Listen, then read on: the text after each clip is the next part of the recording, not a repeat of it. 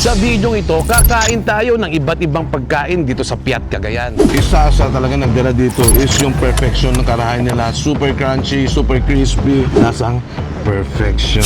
So, sticky rice ito. Tapos sa loob nito is muscovado sugar at saka peanut. Masarap to sa mainit na kape. Hindi mo na kailangan pang pumunta ng Tuguegarao City para makatikim ng authentic, very delicious pancit batil patong, guys. Pumunta ka na lang ng Amis Panciteria. Tikman mo yung pancit batil patong nila. Very legit, very authentic. Hatawin ka talaga sa sarap. Aside sa pawa, isa rin sa mga binabalikan dito is itong banana cake. Actually, nung bata kami, laging ito yung pasalubong sa amin dati. Oh, bango. Ganun pa rin talaga. Sarap talaga ito pang, alam mo yung maliinit na coffee or chocolate, ganun.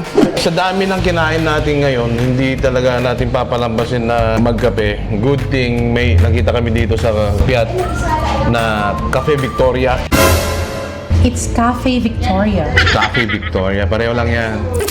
Ang kasaysayan ng Piat Cagayan ay nakasentro sa pagdating ng Dominikanong misyonero noong ika-17 siglo. Pagtatag nito bilang isang misyon noong 1610 at ang pagiging mahalagang sentro ng pananampalataya dahil sa Our Lady of Piat. Isang maitim na imahe na dinala mula sa Macau na pinaniniwala ang may himala na nagpabago sa lokal na komunidad at naging pinagmulan ng pangalan ng bayan mula sa salitang Pia na nangangahulog ang kabutihan o kalusugan. Dito sa Piat kasi, ito yung pinaka must try dito sa Piat kasi ang pinaka number one na product nila dito talaga is pawa. Ang pawa ay isang matamis at malagkit na steamed rice cake na gawa sa glutinous rice flour at punong-puno ng giniling na mani na may muscovado sugar. Ito ay malambot, chewy at madalas na hugis flat bun o maliliit na bola at isa ito sa popular na pasalubong para sa turista at para sa deboto. Bago daw dumating yung Kastila, meron ng mga Chinese dito. Ito daw yung parang pinapamerienda nila sa mga bisita nila.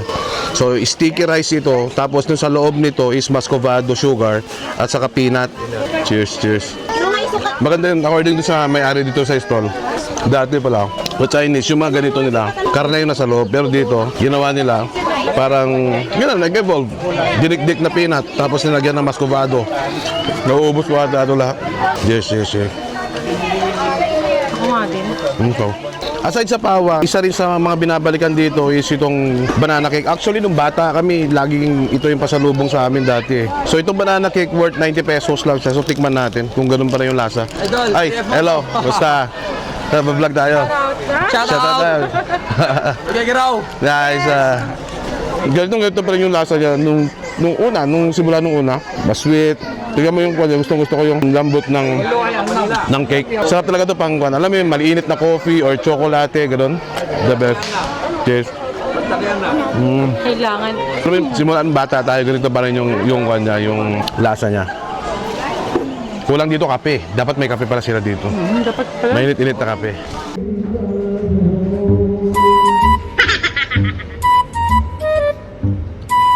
Ay guys, sa dami ng kinain natin ngayon, hindi talaga natin papalampasin na magkape. Good thing may nakita kami dito sa Piat na Cafe Victoria.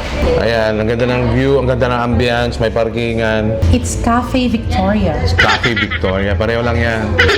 At so yung binili namin kaninang banana cake or banana bread, dito na namin kakapin. Yes. Yan, shout out sa mga crew dito, pinairan pa tayo ng mga plato. Thank you. Ang in-order namin is sa akin yung ice cafe or ice latte Ako, ano lang. Ano ba yung aking hot cappuccino? at cappuccino.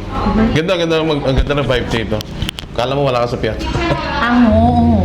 Saka base dito sa ako nila, may mga pizza, may mga inasal, May mga cakes? actually may mga cakes, may inuman, kantahan pa na sa taas. So, all-in-one vibes, bro.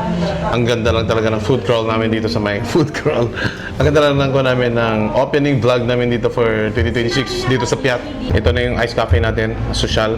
Unang tingin mo parang Starbucks. Ito ay hot cappuccino. Wow, di ba? Oy, sarap. Wala ka sa Piat. Saan ka? Nasaan ka? Nasa Starbucks. Parang Starbucks. Ano, sarap. Sarap yung kanila. 160 na tong dalawa. 2 coffees ito, pero worth 160 pesos lang. Amoy na amoy mo dito yung yung Bean na ginamit, no? yung bean and yung cinnamon powder. Yung cinnamon, ay grabe. Ano to, favorite ko yan.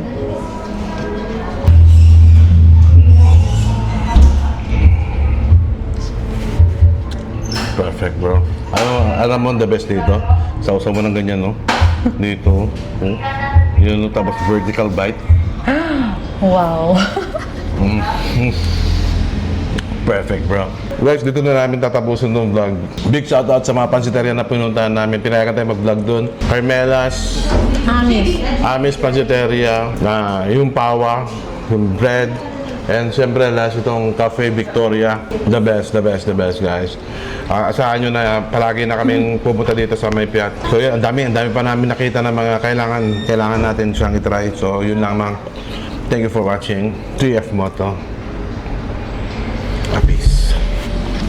Appear! Peace.